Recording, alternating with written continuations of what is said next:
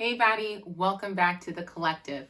These next 3 videos are going to be breaking down the 3 demographics that make up the BADDIE Collective: BIPOC, women, and ADD/ADHD. The reason this video is being made is because in the last video, whichever the card ends up being placed, there was a lot of stats and research-based information regarding those 3 demographics. So I really wanted to take the time and break them down, and not break them down in the same manner, but actually break them down in how they actually benefit our mental health. Wait, I know, counterintuitive, but please just stick with me. I know what I'm doing, all right? Now, if we sat down and wrote a list of all those 3 demographics, we could probably come up with a long list of disadvantages, inequities, etc., for each of them. But we know that's not what the BADDIE Collective is here to do. We are here to change the narrative so that we can reduce stigma, and then overall the outcome is to improve health outcomes for everybody's mental health, but especially BIPOC, women with ADD, ADHD, or any other mental health condition or illness. So again, stick around if you want to get a clearer understanding about how being BIPOC, woman, and having ADD or ADHD is actually a benefit to your mental health. And as always, hey baddie, welcome to the collective.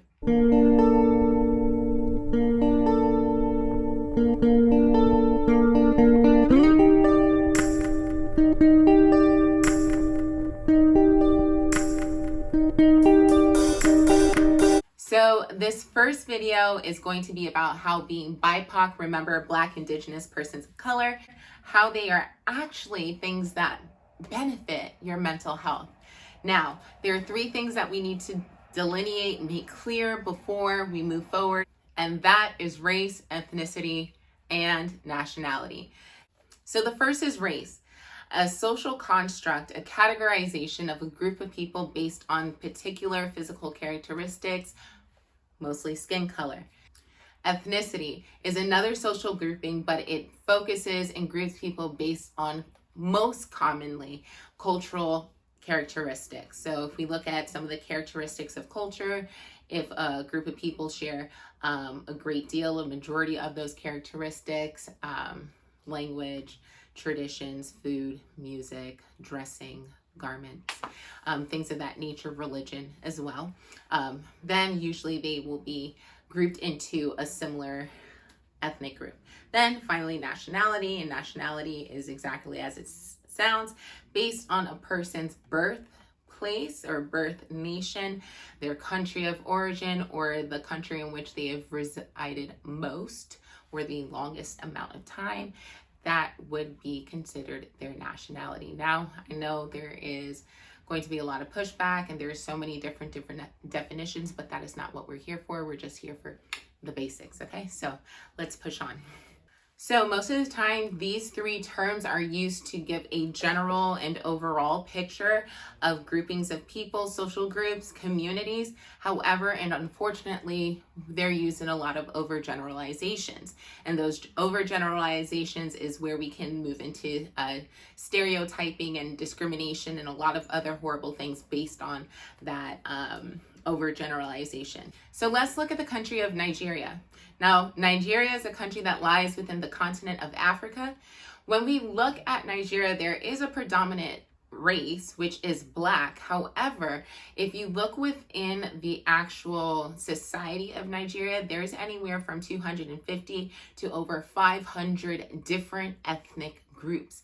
And then there's somewhere 525 over that languages spoken in that same country.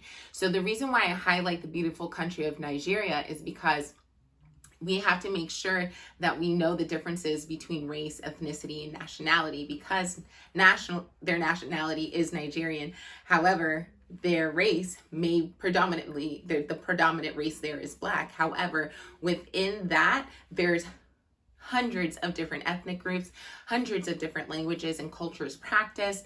And so that is why we cannot make these overgeneralizations. They can be very harmful and detrimental to our understanding of our global community. So these next 3 videos, we are going to be looking at social determinants of health, but particularly the social and community context. And that is exactly as it sounds, the context, the environment of a person's family, friend, social network, their career, their work environment, and the people within their community. So that is what we're going to be looking at. I also had to make a stop right here because when we talk about BIPOC people, of course, the term that is most identified with us is minority. And we're going to need to put a stop to that, because when we look at the world population, over 80% of the world population is BIPOC, Black, Indigenous, persons of color. So we are actually people of the global majority, PGM, if you will. All right. So I'm going to be making conscious decisions to make sure that I'm not referring to BIPOCs as minorities, because statistically, we're not the minority. Let's look at a few characteristics of BIPOC communities that actually are a benefit, a support to our mental health, all right? First and foremost, solidarity. The one thing that we know how to do is stick together, all right? Through thick and through thin, especially and historically, when we look at through our history, we have had sometimes no other choice but to stick with one another through political and social, philosophical disagreements. We have learned to be able to stick by our brother and stick by our sister through thick and thin, through rich and poor, sickness and health. We are basically married to one another because of the struggle, because of the commonality in our history. We have learned to solidify, and we are currently working on unifying. So that is one of the amazing things about being BIPOC, especially as it relates to your mental health. If you need a solid group of people to lean back on, it is going to be BIPOCs. Probably the most important factor in BIPOC communities is their faith, religion, and spiritual beliefs. Now, whatever religion it is that you practice, whatever faith it is that you have, whatever spiritual practices that you assign to, whatever they might be, those are the things that keep us strongest in our weakest points.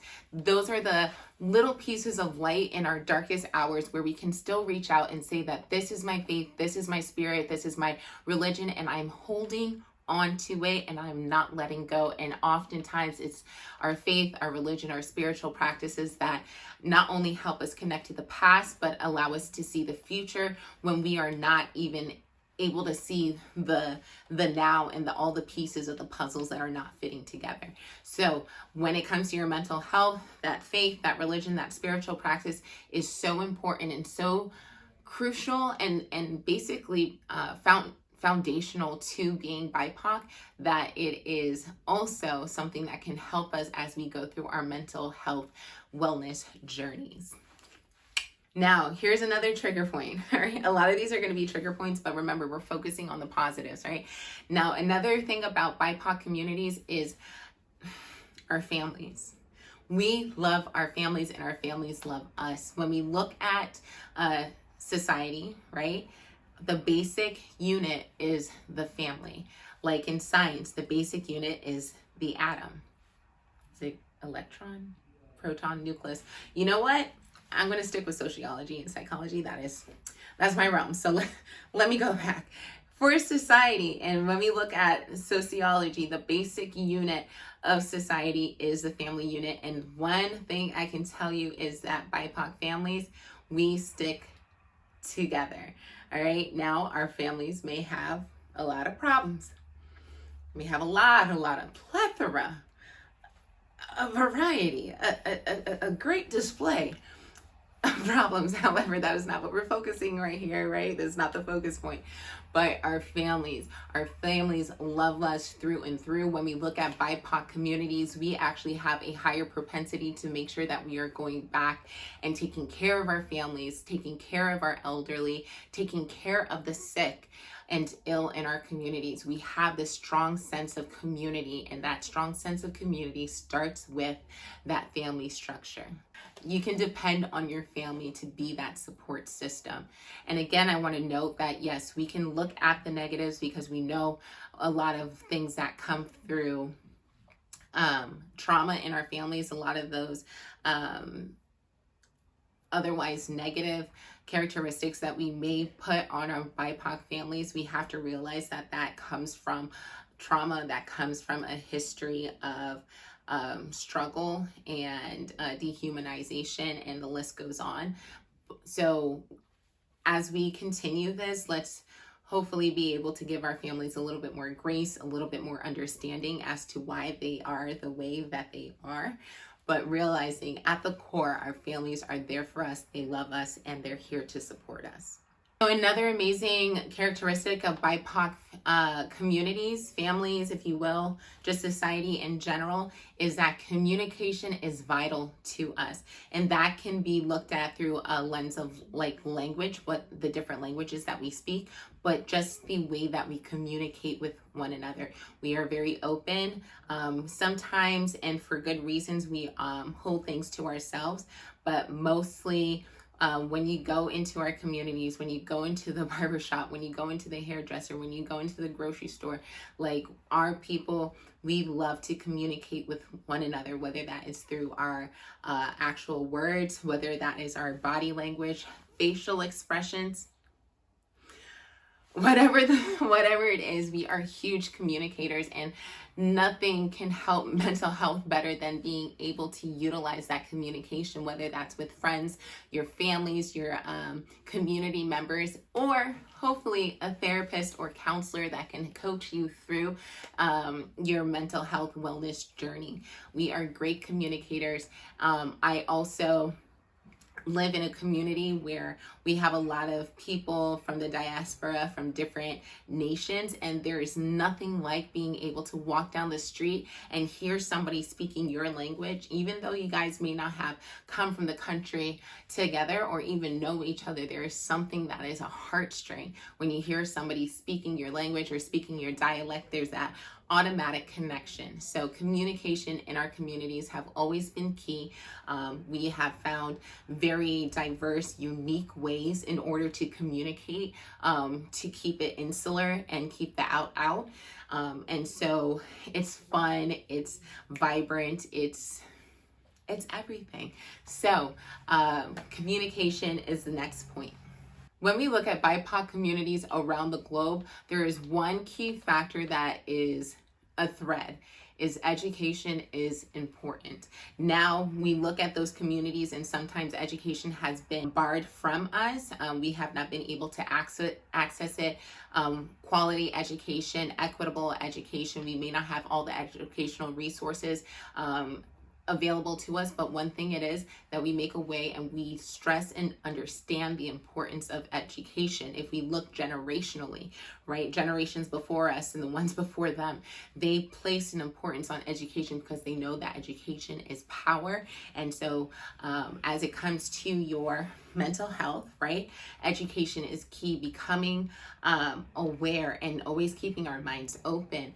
And even though mental health sometimes has been one of those things, we see a change and a tide in our communities that are showing that as long as we keep on educating our people about mental health, the awareness grows, and then everything from there, stigma falls off, access increases, resources increases, and then of course our mental health positive increase. So education is key in our communities.